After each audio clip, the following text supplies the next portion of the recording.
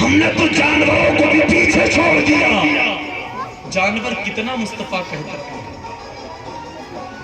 میرے نبی کا بچپن کا زمانہ حضرت حلیمہ سعدیہ کہ بیٹے جب بکریوں کو چرانے کے لیے جاتے تو نبی نے کہا کہ امی حلیمہ ان بکریوں کو چرانے میں بھی جانا چاہتا ہوں.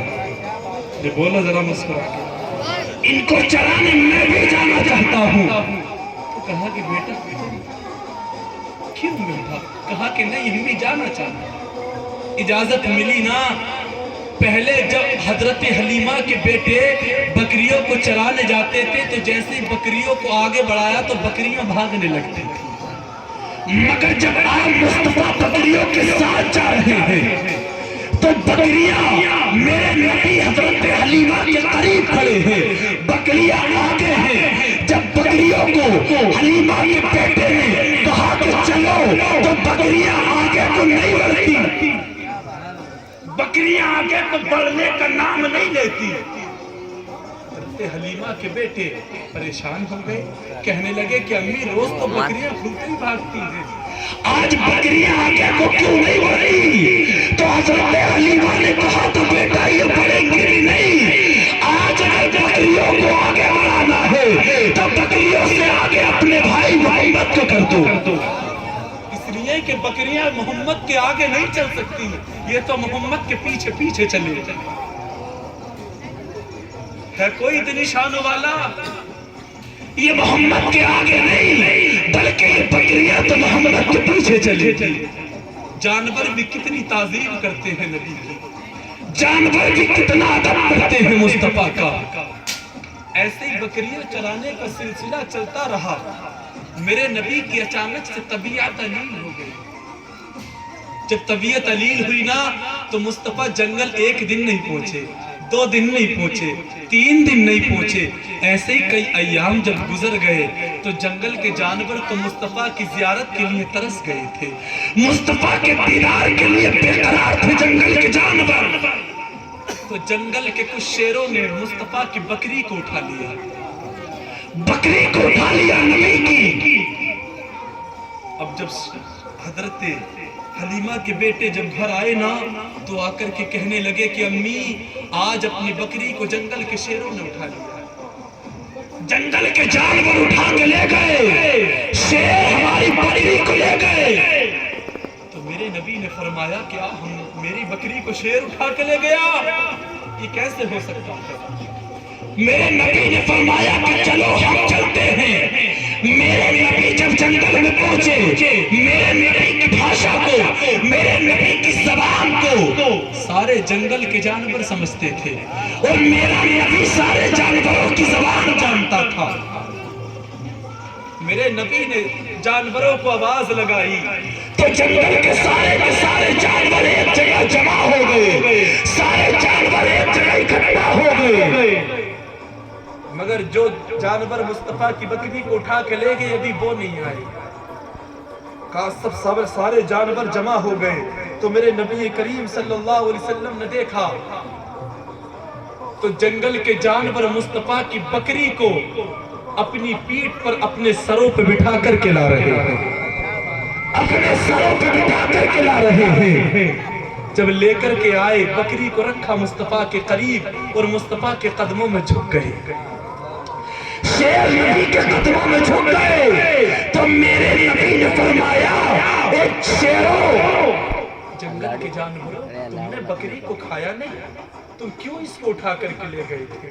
تم نے اس کو کھایا نہیں. تو جانور کہنے لگے یا رسول اللہ آپ کئی روز سے جنگل تشریف نہیں لائے تھے, یا نبی ہم آپ کے دیدار کے لیے تڑپ گئے تھے, ہم آپ کی زیارت کے لیے ترس گئے تھے.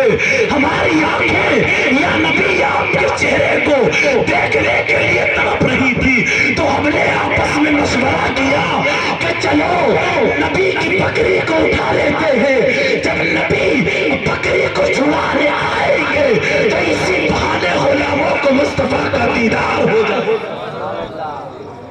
اسی بہانے ہم غلاموں کو مصطفیٰ کا دیدار ہو جائے. اتنی شان ہے صاحب. جانور بھی کتنا احترام کرتے ہیں۔ تو میرے بھائی، میرا آپ سے کہنے کا مقصد ہے، سدھر جاؤ، ایک پلیٹ فارم پہ آ جاؤ، ایک دوسرے کی ٹانگ نہ کھینچا کرو، ایک دوسرے کو برا بھلا نہ کہا کرو۔ اور آج کی کنڈیشن دیکھیں، میرے جوان جو گھر میں ہے نا، اگر باپ اپنے بیٹے کو اس کے 4 دوستوں کے سامنے اگر یہ کہہ دے کہ بیٹا ایسا مت کر ایسا کر، تو بیٹا اپنے باپ سے ناراض ہو جھگڑتے ہیں بیٹے کہ تم نے ہمارے 4 دوستوں کے سامنے ہماری انسلٹ کر دی، ہماری شان گھٹا دی ہمارے دوستوں کے سامنے۔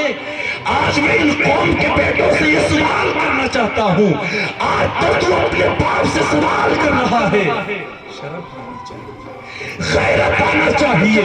یہ وہ باپ ہے جس باپ نے تیری پرورش کی خاطر اپنی زندگی کو قربان کر دیا۔ یہ وہ باپ ہے جس باپ نے تیری زندگی بنانے کے لیے اپنی زندگی کو داؤ کر دیا، تیری زندگی سنوارنے کے لیے، تجھے بڑا آدمی بنانے کے لیے، تجھے اچھی شکشا دینے کے لیے تیرے باپ نے امیروں کی غلامی بھی کی ہے۔ اگر تیرے باپ کو کسی کی مزدوری کرنی پڑی تو تیرے باپ نے تجھے پالنے کے لیے کسی امیر کی مزدوری بھی کی۔ اگر تیرے باپ نے تیری پرورش کرنے کے لیے امیروں کے جوتے صاف کرنے پڑے تو تیرے باپ نے تیری پرورش کے لیے امیروں کے جوتے بھی صاف کیے۔ آج تو اسی باپ کو انگلی دکھاتا ہے، آج تو اسی باپ کی شان میں توہین کرتا ہے، گستاخی کرتا ہے، شرم آنا چاہیے۔ میرے نبی کریم صلی اللہ تعالی علیہ وسلم کے ایک صحابی نے ایک منت مانی، ایک منت حدیث پاک پیش کی، توجہ سے سنے ماں اور بہنیں۔ ایک صحابی نے منت مانی کہ اللہ اگر میری منت پوری ہو گئی تو میں جنت کے دروازے کے اوپر والے اور نیچے والے حصے کو چوموں گا۔ اب ذرا بول کے بتائیں یار سبحان اللہ، کیا کہا کہ جنت کے دروازے کے اوپری اور نیچے والے حصے کو چوموں گا۔ صحابی تھے اور صحابی تو جنتی، منت مانی، منت پوری ہو گئی، اب مرنے کے لیے پریشان تھے، یار کب دنیا سے جاؤں گا، کب جنت میں پہنچوں گا، اور کب جنت کے دروازے کے اوپر والے اور نیچے والے حصے کو چوموں گا۔ اب پریشان رہنے لگے تو کسی نے پوچھا کہ اس پریشان کیوں رہتے ہو؟ تو کہا کہ یار یہ منت مانگی تھی، منت پوری ہو گئی، اب میں کب اس دنیا سے جاؤں گا، کب اپنی منت کو پورا کروں گا۔ تو کہا کہ پریشان مت ہو، چلو نبیوں کے نبی سید الانبیاء کی بارگاہ میں چلتے ہیں، مدینے کے تاجدار کی بارگاہ میں چلتے ہیں۔ اب جب پہنچے نا مصطفیٰ کی بارگاہ میں، سرکار کی بارگاہ میں پہنچے، جا کر کے پورا معاملہ پیش کیا تو میرے نبی نے پر یہ نہیں فرمایا، بلکہ میرے نبی نے فرمایا کہ موت کی دعا کرنے کی کوئی ضرورت نہیں، بس اتنا بتا کہ تیرے والد محترم زندہ ہیں۔ تو صحابی نے کہا یا رسول اللہ زندہ ہے۔ کہا کہ تیری والدہ یعنی تیری ماں زندہ ہے۔ تو صحابی نے کہا یا رسول اللہ ماں بھی زندہ ہے۔ تو میرے نبی نے فرمایا دنیا سے جانے کی ضرورت نہیں، اپنے گھر چلا جا اور اپنے باپ کی پیشانی کو چوم لینا اور دل میں یہ خیال کر لینا کہ جنت کے دروازے کے اوپر والے حصے کو چوم رہا ہوں، اور اپنی ماں کے قدموں کو چوم لینا اور دل میں یہ خیال کر لینا کہ جنت کے دروازے کے نیچے والے حصے کو چوم رہا ہوں۔ تو صحابی میرے نبی نے فرمایا بس اتنا کر لینا تیری منت پوری ہو جائے، سبحان اللہ سبحان اللہ، اتنا کر لینا تیری منت پوری ہو جائے۔ یہ مقام ہے والد، مگر میری قوم کتنا دل دکھاتی ہے نا ماں باپ کا۔ ماں باپ نے، ماں نے پوری زندگی بیٹے کو پالا، پوری زندگی بیٹے، جب سردی کی لمبی لمبی راتیں آتی تو یہ ماں بچے پیشاب بستر پہ کر دیتے، بستر گیلا ہو جاتا تو یہ ماں گیلے میں خود سو جاتی اور سوکھے میں اپنے لال کو سلاتی.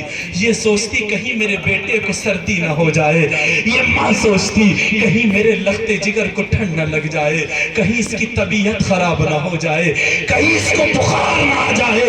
اتنی مشقتوں کے بعد اس بیٹے کی پرورش کر کے آج والدین نے پالا ہے تو یہ بیٹے اپنے ماں باپ کو آنکھیں دکھاتے ہیں، یہ بیٹی اپنے ماں باپ کو آنکھیں دکھاتی ہیں.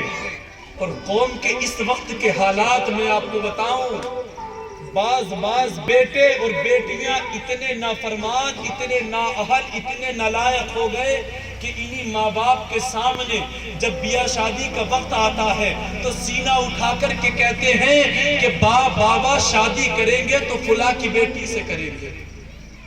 یہ بات بہت چل رہی ہے کہ شادی کریں گے تو فلاں کی بیٹی سے.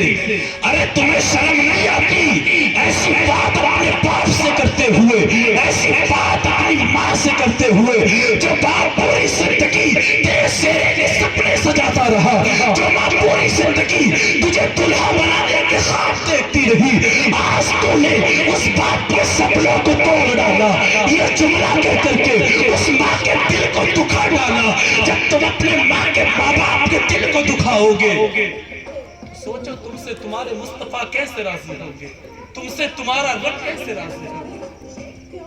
اور وہ بیٹیاں بڑی بے حیا ہو گئی، بڑی بے شرم ہو گئی، بڑی بے غیرت ہو گئی، جو اپنے ماں باپ سے سینہ اٹھا کر کے یہ کہتی ہے کہ شادی کریں گے تو فلاں کے بیٹے سے کریں گے.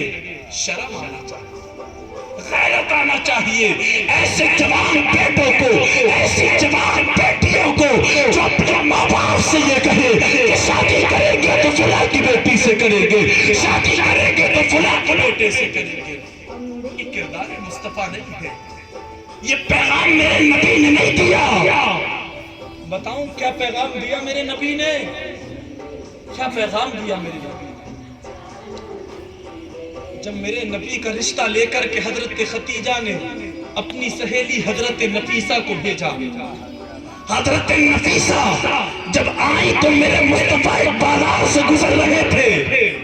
حضرت نفیسہ مصطفیٰ کے قریب آئی، آ کر کے کہنے لگی کہ یا رسول اللہ، اے آقا محمد، خدیجہ نے آپ کو اپنے نکاح کا پیغام بھیجا ہے.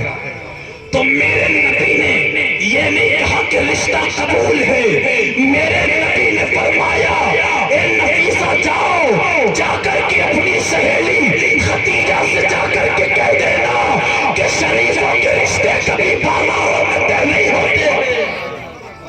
شریفوں کے رشتے کبھی بازاروں میں نہیں طے ہوتے، بلکہ شریفوں کے رشتے تو ان کے ماں باپ ڈیسائیڈ کرتے ہیں، شریفوں کے رشتے تو ان کے والدین طے کیا کرتے ہیں.